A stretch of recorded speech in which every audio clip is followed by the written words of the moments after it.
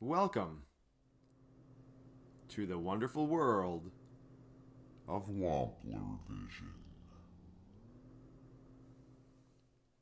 Our guest today is joining us all the way from Santa Cruz, California. He's a distance learner at Western Colorado and an MEM candidate concentrating in global sustainability.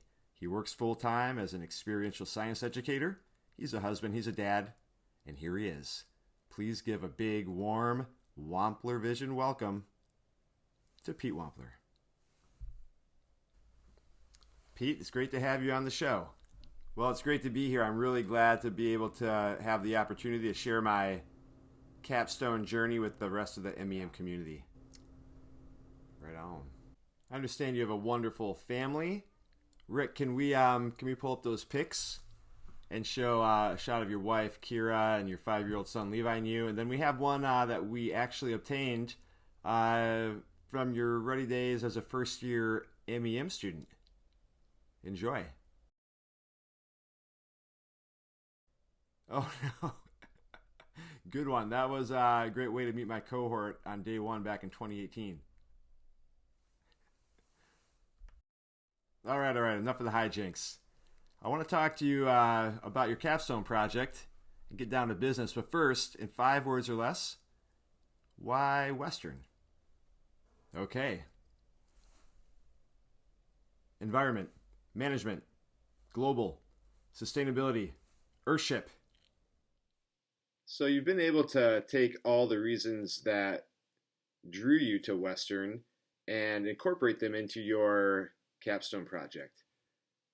But you took the idea of sustainability and kind of took it one step further with the idea of regeneration, where you look at the human impact, ways to reduce it, and then actually beginning to design things and create things in a way that will reduce previous environmental degradation and begin a process of renewal and restoration.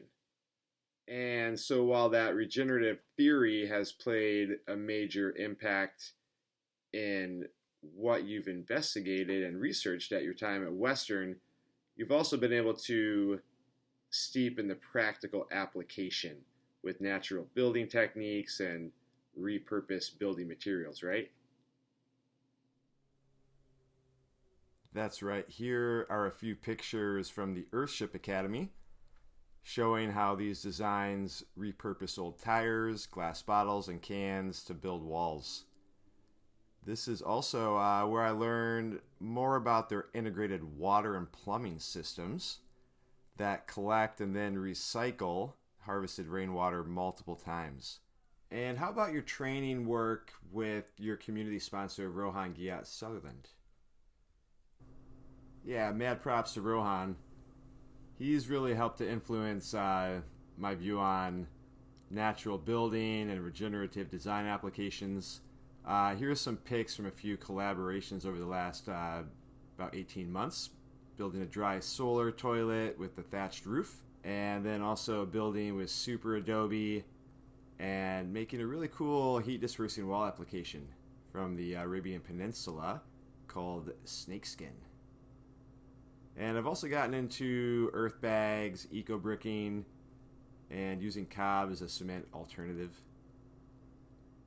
So let's talk about your projects. You have 2 to share. The first was slated for Tanzania, right?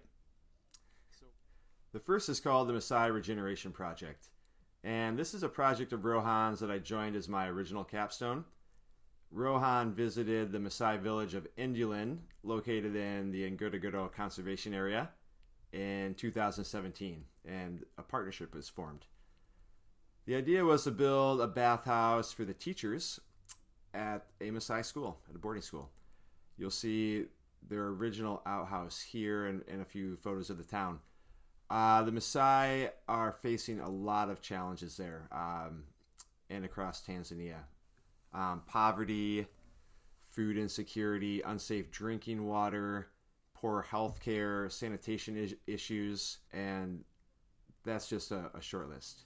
So you created a pamphlet for fundraising and volunteer recruitment. Rick, maybe we can put that. Yeah, as you can see from the flyer, our intention was to work with the Maasai village to build something familiar, but with innovative upgrades to help offer solutions to some of the challenges they face. The new bathhouse would be a redesigned bomba, which is a traditional Maasai structure that's constructed with locally gathered wood, on-site soil, and cow dung.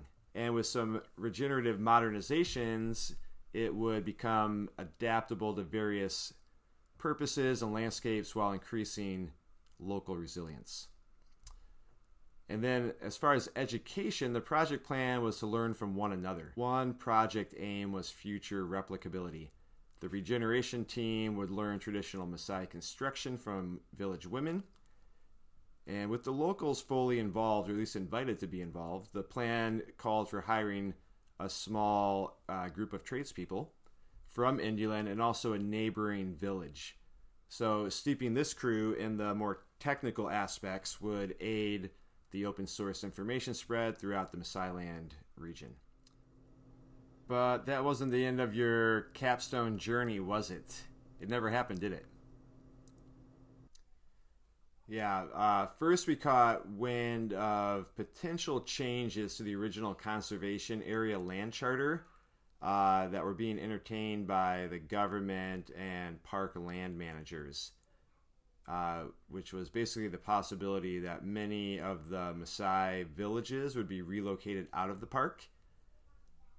Then the partnering village elders we were in contact with decided they wanted to build a cement structure, which pretty much goes against every principle of regenerative design.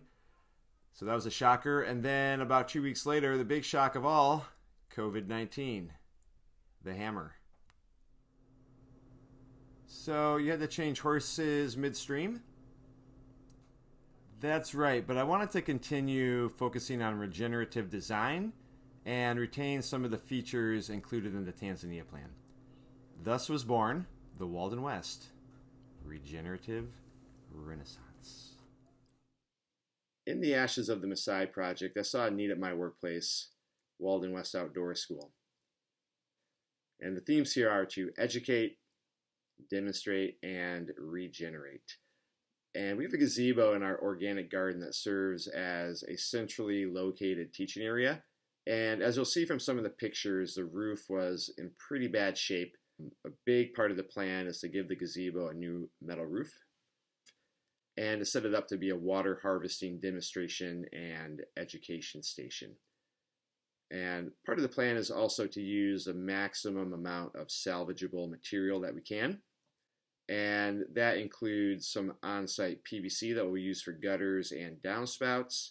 We'll also be using 55-gallon food-grade barrels. And we'll be setting those barrels on packed earth tires, kind of Earthship style.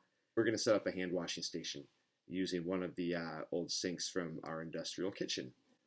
And we'll set that up to drain into a botanical cell where the water will flow into the cell that's lined with gravel and sand and soil.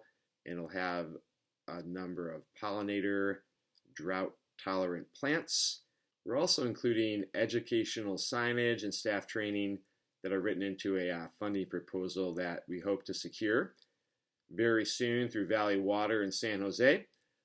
Because we're looking to use the funding to finish this project and also potentially expand the rain harvesting potential of the rooftops in the garden. We aim to have a year-round rain harvested water source for the kids to draw from when working in the garden. Functional regeneration at their fingertips. Over 10,000 children from local schools around San Jose visit Walden West in a typical year. So the seed project here is a demonstration of what is really possible. And the small scale of the project combines nicely with a theme that we teach at Walden West. The power of change exists in each individual. Everyone has the ability to innovate, contribute, and create. I'd like to thank you for spending some time in the wonderful world of Wampler Vision. Now let's get out there and renew, restore, and regenerate. Thank you.